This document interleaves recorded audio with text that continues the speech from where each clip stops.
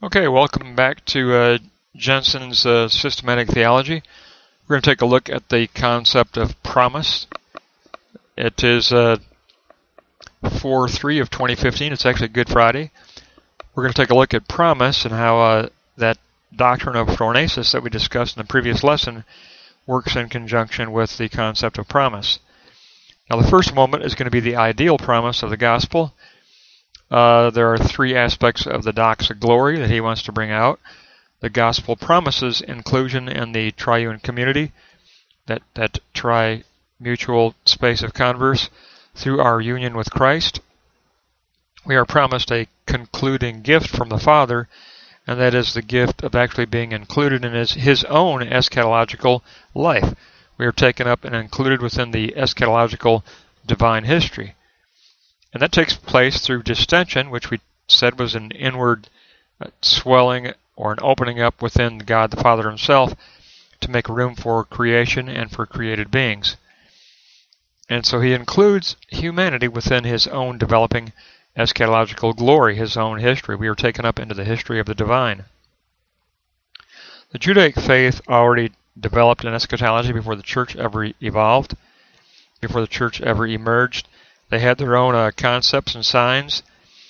Jenson uses Isaiah chapter 11 as an example, where we've got the promise of Messiah, the descendant of David, anointed by Spirit. A just judgment will come, true worship will come, absence of violence will prevail, and we will live in universal peace. They very much had their own eschatology already developing.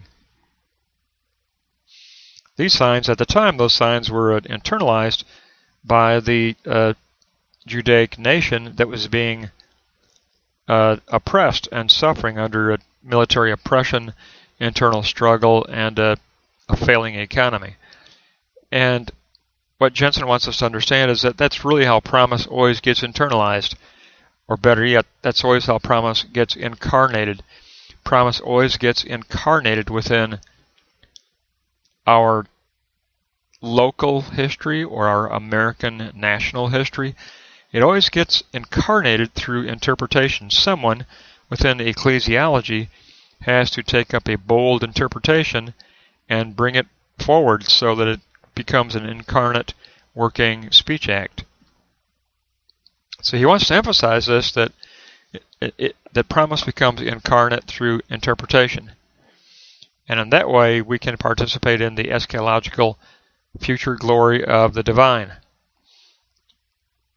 Now, the apocalyptic writings in the New Testament should not be interpreted literally. They are poetry to Jenson, and they kind of develop a consensus around the final advent of Christ, the collapse of the egoistic world system, and the final advent of the kingdom of God, but all chronologically related events, and literal interpretation is overcome and it should be rejected absolutely.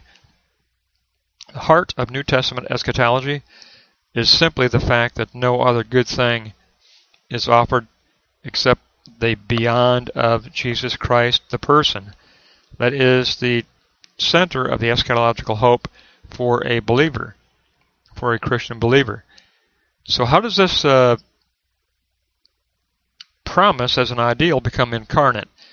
Look at moment 2, we're going to look at interpretation. The promise of the gospel interprets its way through finite history, which works in tandem with Christian ethics, and that means it works in tandem with the doctrine of phronesis. The finite community incarnates the ideal promise by interpreting it down into a conceptual praxis that can be worked through ethically through society, and through the filter of a community's own antecedents, hopes, and fears, and in that way you work out a very definite particular or individual praxis type positing. And a dialectic does develop between the antecedent communal state of the hopes and fears that the community already possesses, and then on the other side of the dialectic, the work of the individual who's working out this translation of the promise into a praxis event. Jenson uses the example of the American dream to kind of show how something that has deteriorated is in need of the promise becoming incarnate as an interpretation down to praxis. He says that the Americans possess an antecedent, inviolable myth of capitalism, and even the accumulation of wealth has taken on moral weight.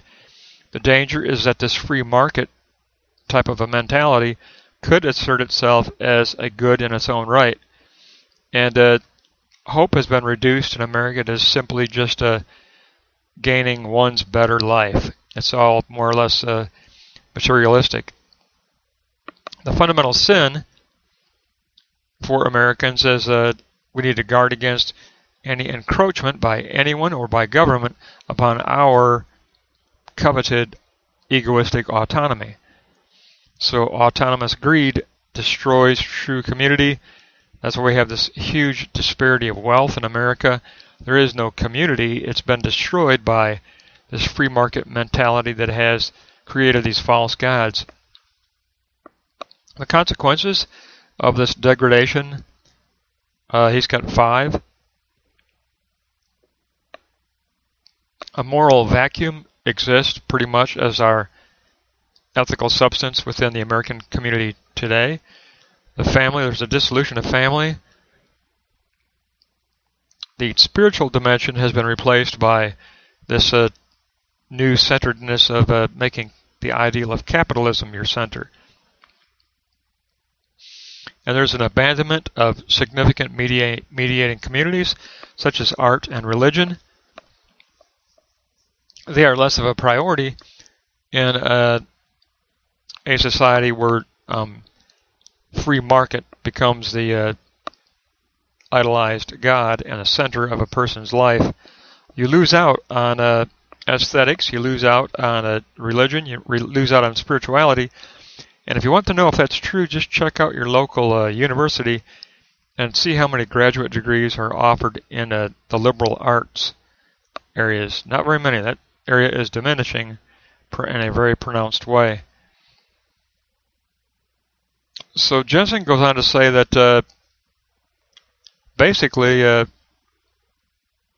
our current American society, damnation becomes equated with consumerism, the collapse of the family, and the celebrity exaltation of wealth and riches. And what's needed is this incarnated promise as an unmasking type deconstruction of this false idol. And we can rely on the promise that all mechanistic entities will be unmasked by the divine teleology of the creative triune divinity. Because remember, soteria, salvation, was incarnated at the very moment of creation. If you think back to our Volume 1, so incarnate promise creates an emerging dialectic between that egoistic grasping and possessiveness of capitalism and, on the other side, the promise of death eventually being overcome through the divine teleology. The translated and universalized promise becomes a radical acceptance and bonding of a new spiritual family that can be born through our union with the Christ event and with the person of Christ. Deconstruction or unmasking leads to new participation through that act of accommodation where the opening up within the triune ousia space within the Father creates room for creation. Before there's creation, there's a creation of room for creation, and that expanding ousia space draws us up within its fellowship, within the triune fellowship. And that is where we are freed from the possessiveness and the egoistic grasping.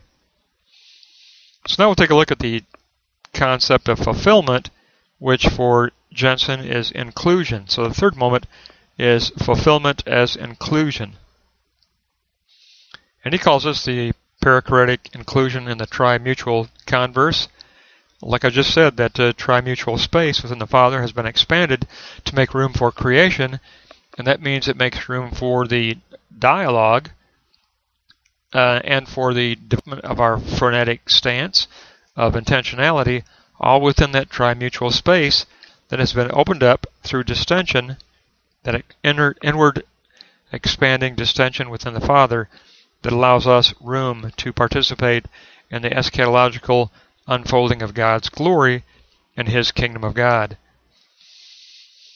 So the future of the kingdom of God is metaphorically represented as throne of the Kyrios Lord, city of universality and holiness, the Hagios, holiness, and the light of an unburdened walk. Heart of Christian hope is the future of the kingdom of God, and our promise is this inclusion in God's future of the participating in a spiritual temple instead of a temple of rock and mortar, but a spiritual temple where the achievement of God's moral ends are accomplished through Christ's Kyrios Lordship and His exaltation to the right hand of the Father, and this role of Kyrios Lord. In the realm of politics that we just finished discussing, there's the perfecting of this Lordship to bring it to fruition. And then within that environment, we have the blessed communal life within the ecclesiology that Jenson is so willing to assert, because he's very strongly oriented toward ecclesiology and that space for the moral deliberation. If you remember that particular talk, he does believe that the church needs to take up that role of moral deliberation within the realm of ethics and within the realm of eschatology and participating in the kingdom. And so fulfillment equals the inexhaustibility of the advent of Christ, the inexhaustibility of the interpretation of our created history as it is continually reinterpreted through promise, and the logical product of fulfillment equals the fact that divine triune love never ends. So he does take his concept of phronetic stance and intentionality up into a tandem type relationship with the promise of gospel, and phronetic stance and promise of gospel are synthesized in the work of incarnation. And the work of incarnation means that you, as the bearer of, as image bearer, as the image bearer of the divine, as the image bearer of the covenant, your work is to interpret. You're to get involved in your personal history and your personal society and interpret the ideal promise of the gospel, interpret it and translate it down into a very precise praxis-based positing that you can posit for true change that will move your society and your particular environment toward the fulfillment of the kingdom. So it's incarnation through interpretation, and it's interpretation by enjoining our phronetic stance from the last lesson in tandem with the ideal promise of the gospel. Excellent material from Jenson. It's toward the end of his book. It's actually 309 to 319. But it's like he said in this section, he said he didn't have to really put a lot down for eschatology because his entire doctrine of creation is a doctrine of eschatology. So he qualifies all of his systematic theology by eschatology. We know that from his Volume 1, Doctrine of God. He basically has, the Volume 1 was a doctrine of the triune God. Volume 2 is the doctrine of creation, period. It has some subsections, but it's basically the doctrine of creation. You've got the doctrine of God, the doctrine of creation. They are both immersed and enveloped within an overall context of a doctrine of eschatology.